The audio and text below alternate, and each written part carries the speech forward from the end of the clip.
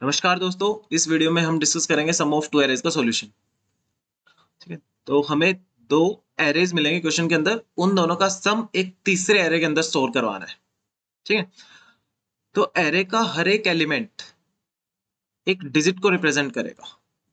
ठीक है, यहाँ पे समझाता हूँ आपको सवाल, ध्यान से देखिए।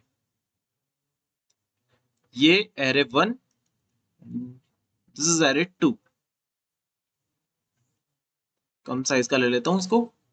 0 1 2 3 4, 0 1 एंड 2, 999। ठीक है, ओके, मैं सेकंड 9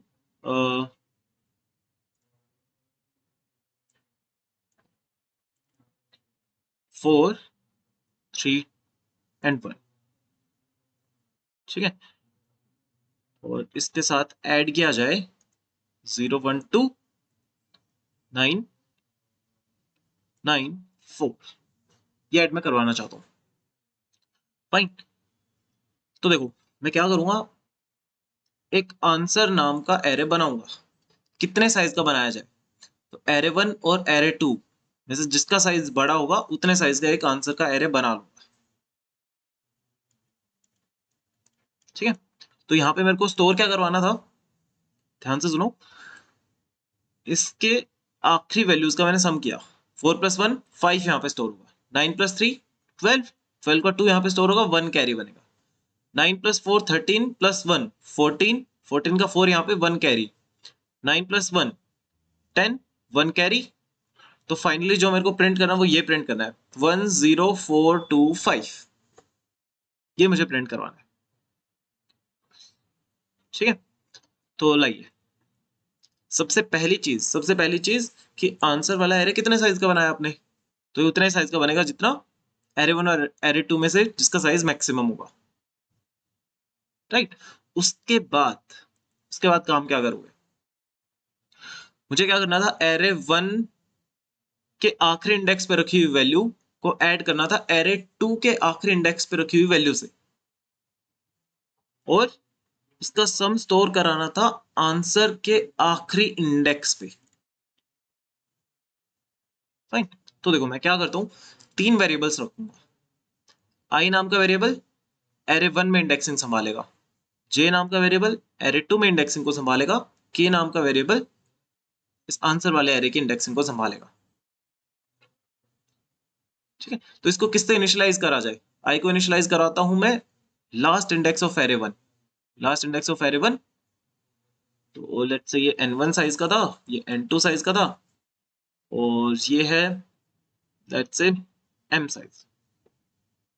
तो मैं इसको इनिशियलाइज करूंगा n1 - 1 से, आखिरी इंडेक्स ऑफ एरे 1।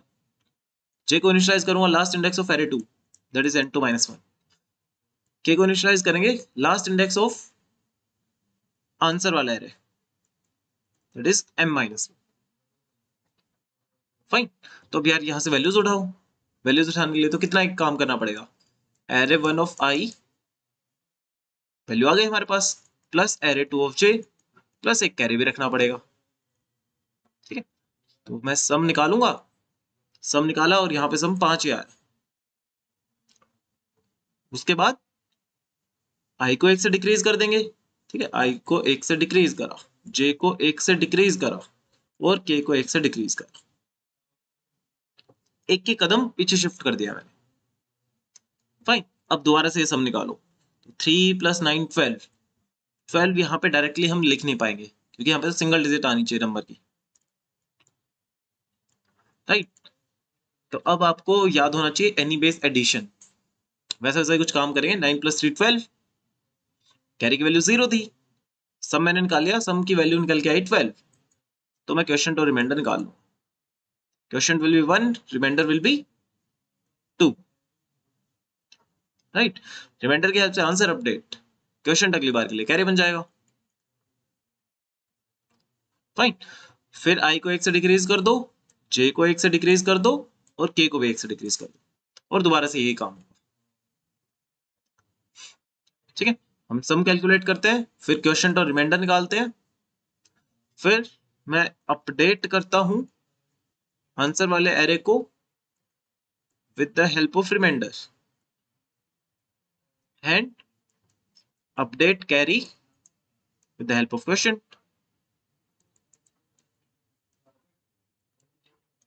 राइट, तो कुछ कुछ सिमिलर सा ही काम होगा जो हम एनबीएस एडिशन के अंदर करते थे। तो बस इस चीज को समझो कि काम कब तक चलेगा, जब तक ये आंसर वाला एरे पूरा फिल नहीं हो जाता तब तक काम होगा।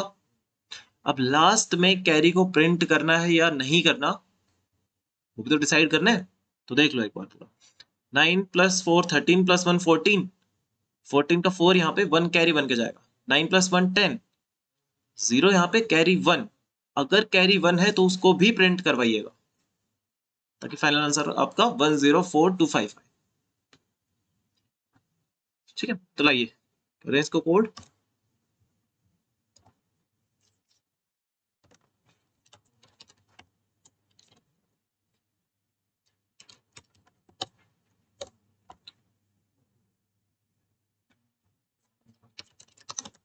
using namespace std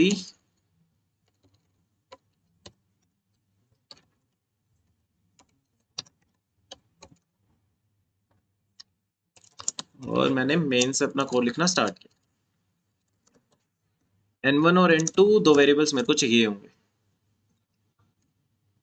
ठीक है, तो मैंने आते ही n1 का इनपुट लिया और मैं फिर एरे 1 बनाता हूँ।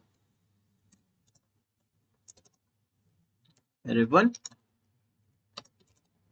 न्यू इवेंट n1 साइज का बना दिया। एरे का एलिमेंट्स का इनपुट लिया जाए,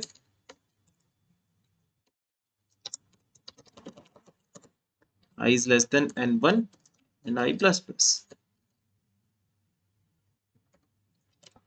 C in a1 of I।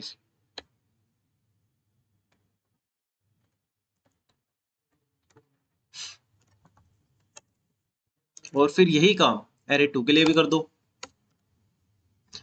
n2 का इनपुट लो, a2 बनाओ ऑफ साइज n2, लूप चलेगा n2 तक a2 of I। ठीक है, तो देखो अब मेरे को मैक्स निकालना था, मैक्स निकालना था n1 और n2 का, क्योंकि इतने साइज का एरे बनाना पड़ेगा मेरे को। राइट, तो अब मैं अपना आंसर वाला एरे बनाता हूं, m साइज का बने। अब i j k तीन वेरिएबल्स चाहिए थे इंडेक्सिंग को मैनेज करने के लिए। i को इनिशियलाइज करा मैंने n1 - 1 से, j को इनिशियलाइज करता हूं n2 - 1 से, और k को इनिशियलाइज करूंगा m - 1 से। काम कब तक होगा, जब तक k की वैल्यू, तो काम कब तक होता है जब तक ये नहीं पूरा फिल हो जाता। राइट, तो while k is greater than equals to 0 तब तक हमारा काम होगा। राइट, चलिए काम क्या करेंगे, एक कैरी नाम का वेरिएबल और रखते हैं। काम क्या करेंगे, हम आते निकालेंगे sum, array 1 of I plus array 2 of j plus carry. हमने सब निकाला, फिर उसके बाद क्वेश्चन और रिमाइंडर भी निकाल लो।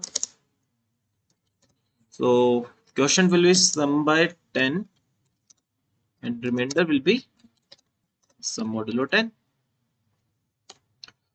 तो रिमाइंडर की हेल्प से आंसर को अपडेट करो, आंसर ऑफ k के ऊपर रिमाइंडर स्टोर करा, जो आपने अभी क्वेश्चन निकाला है वो अगली बार के लिए कैरी बन जाए। फाइन, और फिर i को 1 से डिक्रीज कर दो, j को 1 से डिक्रीज कर दो और k को 1 से डिक्रीज कर दो। ठीक है, तो जब ये पूरा फिल हो चुका होगा तो देखो मैं प्रिंट कैसे कराऊंगा, ध्यान से सोचिए। सबसे पहले तो कैरी को देखूंगा कि लास्ट में अगर कैरी नॉन जीरो हुई तो मैं उसको भी प्रिंट करवा दूं, की वैल्यू प्रिंट करा देंगे। ओके, आई थिंक हर एक लाइन में चाहिए क्या।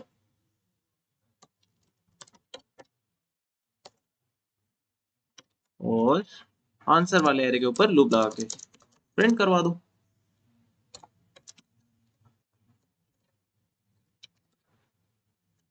सी आउट आंसर ऑफ आई। अब इस कोड में थोड़ी सी गलती है, उस गलती को पहचानने की कोशिश करो। ठीक है, तो ध्यान से देखो, यहाँ पे array 1 of I and array 2 of j plus carry ये ऐड कर रहा हूं मैं। ठीक है, यहाँ पे गलती हो सकती है। कैसे गलती हो सकती है? जब आई की वैल्यू 0 होगी ना, देखो आई की वैल्यू मैंने इनिशियलाइज करी थी 3 से, जे की वैल्यू इनिशियलाइज करी थी मैंने 2 से। एक एक का डिक्रीज हुआ, 2 1, फिर एक एक का डिक्रीज हुआ 1 0, फिर एक एक का डिक्रीज हुआ 0 -1। तो जब आई की वैल्यू 0 थी, जब जे की वैल्यू -1 थी, और अगर गलती से मैं उस टाइम पे एरे 1 ऑफ आई उठाता तो ठीक है, एरे 2 ऑफ जे को उठा लेता तो मैं बोल रहा हूं एरे 2 ऑफ -1 तो इंडेक्स की रेंज में ही नहीं है, राइट।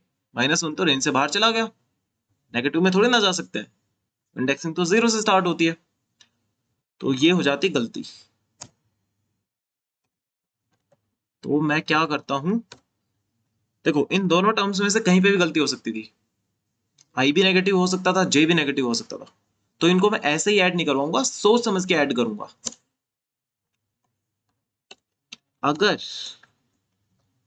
आई की value greater than equals to 0 है, तभी मैं सम में एरे 1 ऑफ आई को ऐड करता हूं। ऐसे ही अगर जे ग्रेटर देन इक्वल्स टू 0 है, तभी मैं सम के अंदर एरे 2 ऑफ जे को ऐड करूं। अगर रेंज में है तभी ऐड करो, बिना सोचे समझे ऐड ना करें। ठीक है, सो आई थिंक कोड कंप्लीट हो गया। आइए चला के देखें।